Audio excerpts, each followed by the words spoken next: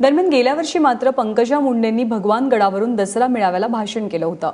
आपल्या भाषणात भगवान गडाबद्दलची आणि गोपीनाथ मुंडेंच्या स्मृतीत उभारण्यात आलेल्या गोपीनाथ गडाबद्दलची त्यांची भावना आणि भूमिका त्यांनी स्पष्ट केली होती। पाहूया काय म्हणाल्या होत्या पंकजा मुंडे भगवान गडाबद्दल आणि गोपीनाथ गडाबद्दल।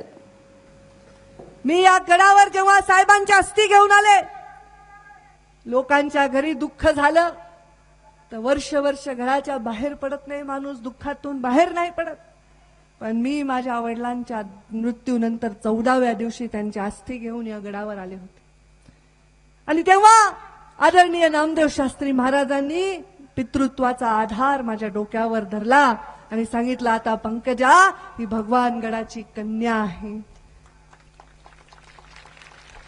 भगवान गडाची कन्या ही उपाधी माझ्या आयुष्यात मिळालेल्या सगळ्या उपाधींपेक्षा सर्वश्रेष्ठ उपाधी आहे।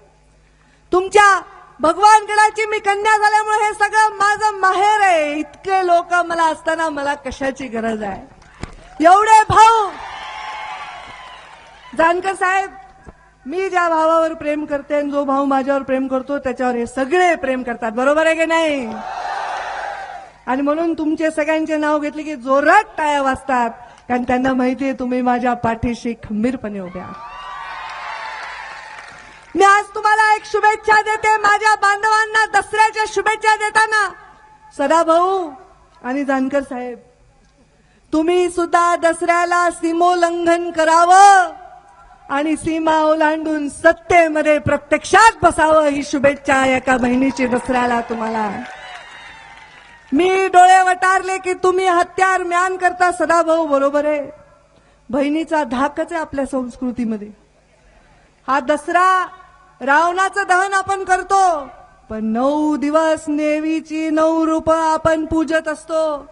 देवी सौम्य असते, शीतल असते, सोज्वळ असते, पण देवी रौद्र रूप धारण केली तर मोठे मोठे राक्षस थरथर कापतात। आणि म्हणून हा धाक बहिणीचा भावांना आहे, पण बहिणीचं भावांवर तेवढंच प्रेम आहे। बहिणीची माया निस्वार्थ असते। आता भाऊ स्वार्थी ठरून एवढंच आमची अपेक्षा। आणि म्हणून मी तपासलं तुम्हाला, आधी थोडं चेक केलं वर्षभर।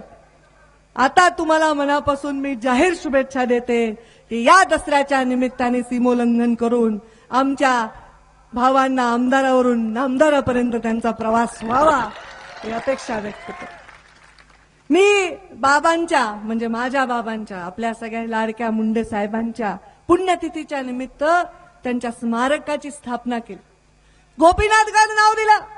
काही लोक फार काडीबाज असतात, ते म्हणे असं कसं गड नाव दिलं। मी म्हणलं तो गड ह्या गडासाठी नाही रे बाबांनो, हा आमचं श्रद्धास्थान आहे, हा मुंडे साहेबांचा प्राण आहे भगवान गड। गोपीनाथगड हा राजकीय शक्ती निर्माण करणार, भगवान गड ही धार्मिक शक्ती।